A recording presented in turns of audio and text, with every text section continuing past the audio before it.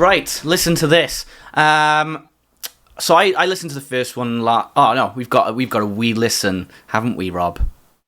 Yes. So 94. Have we? I don't know.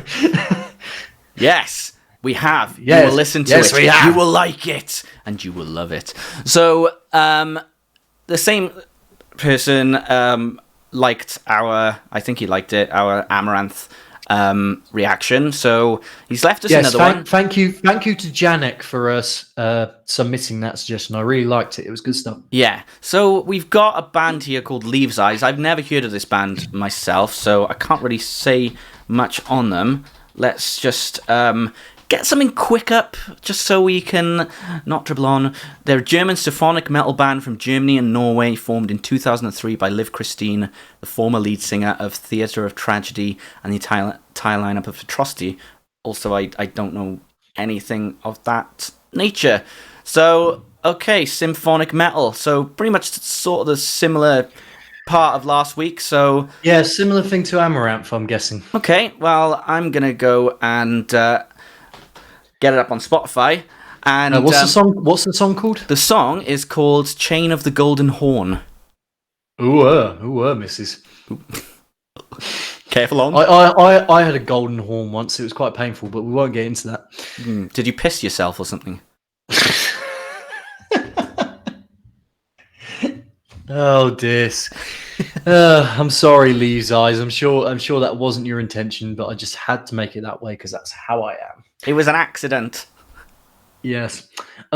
Yeah. Okay. So right. So after 3, then presumably we're going to play it together. Absolutely.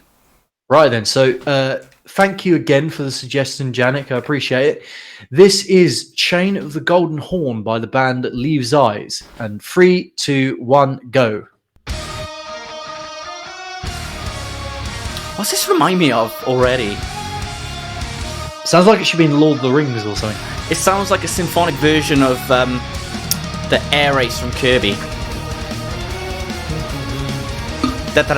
Yeah.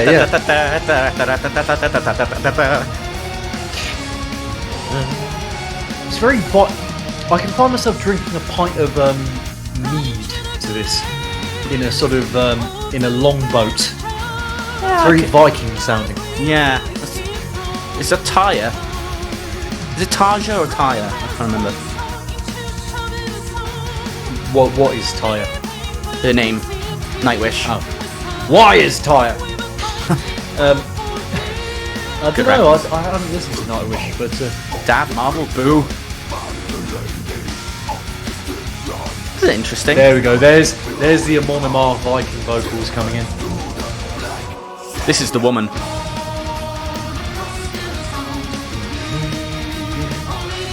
Good. This is going to be. I'll tell you what. This is going to be good drinking music. Yeah, I can tell. It has that sort of skull. You know, Dan, our mate Dan, he has a horn, like a Viking horn, to drink from during festivals. This will go very well with that sort of aesthetic, shall we say? I do love the drum beat. It reminds me of Churious Ass. Generally, I mean, I really don't listen to this sort of stuff at all, you know? No, neither do I, really. I can definitely find merit in this stuff. It kind of got that sort of Epica vibe with it. Delane, maybe, as well. It's got fans also like Visions of Atlantis, Lunatica, and then Delane. I always like when symphonic metal bands or power metal bands are dynamic enough to include growls.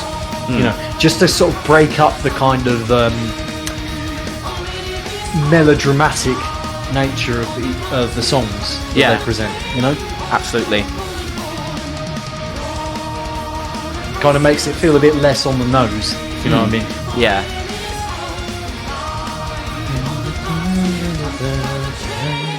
I'm gonna be honest. I for this sort of music, I prefer kind of like more thicker vocals, I suppose. And here's the solo. There we go. Very nice.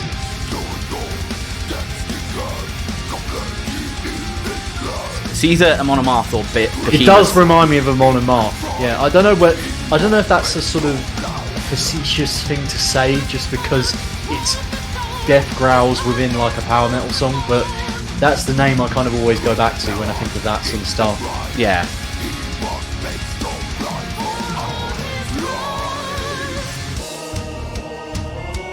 Here we go, clap your hands.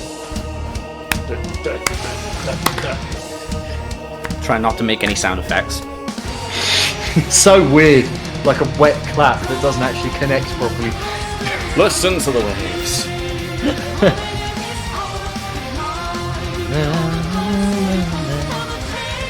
This melody is going to be stuck in my head, to be in fairness. You're gonna have your conductor stick with you at all times. Like, I do wonder if there's any concepts to be aligned with the tune, like if it's going to be part of a concept album. right at the end. Alley-oop. She got the hiccups at the very end. Just It's then. like, thank you. Oh, well, there we go. That was "Chain of the Golden Horn" by Leaves' Eyes. KB, your initial thoughts on that tune? I love the rhythm and the beat, and I love the anthemic vibe from it. I'm not knocking the vocals, like they're good vocals. It just sounds talented, but they're not my cup of tea when it comes to what vocals I prefer when listening to this sort of music. So yeah, that's essentially me. And I think it was certainly different when the growls came in. It was a bit kind of like it was on one side of the scale and then it immediately moved over to the other. So I don't think there was enough of a blend there. Yeah. I like the solo, and I feel like the emphasis on that one was a lot more on vocals than riffage. There wasn't any particular riffs in that one that kind of stood out. So it was kind of very gallopy. Yeah, it was just like a sort of solid all the way through sort of thing. Yeah, like it was kind of trundling along at pace, you know. But good sort of jaunty, uplifting sounding, you know. Good, like I said, if you're a LARPer, you know, this would be my pre-drink LARP song. Running around shouting lightning bolt, lightning bolt, lightning bolt. Yeah, essentially. It was all right. Yeah, it was all right. I mean, again, when it comes to like fan recommendations, it can either be like, oh wow, this is I'm glad someone suggested to me, or it can be like, it's good. So we have Nitsuj in the chat who says, I don't know how to word it, but the growl didn't feel grounded to me. In what integrated, way maybe, I think. Yeah, probably is the word that you're looking for.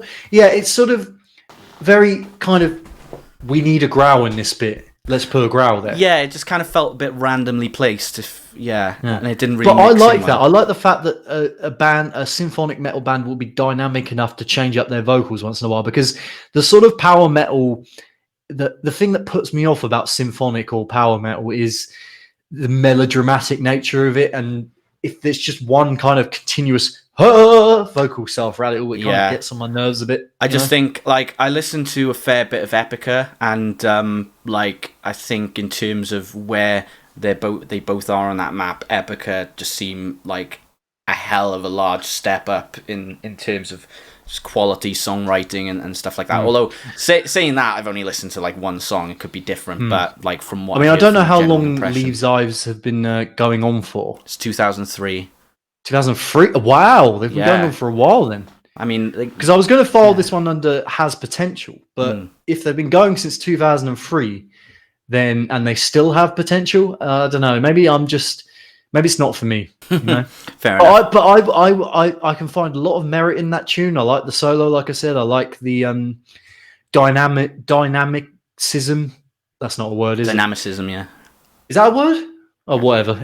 I like the dynamics of the vocals, and she's got a good voice, you know. And I just would have liked a bit more hooks in the riffage. Yeah. You know?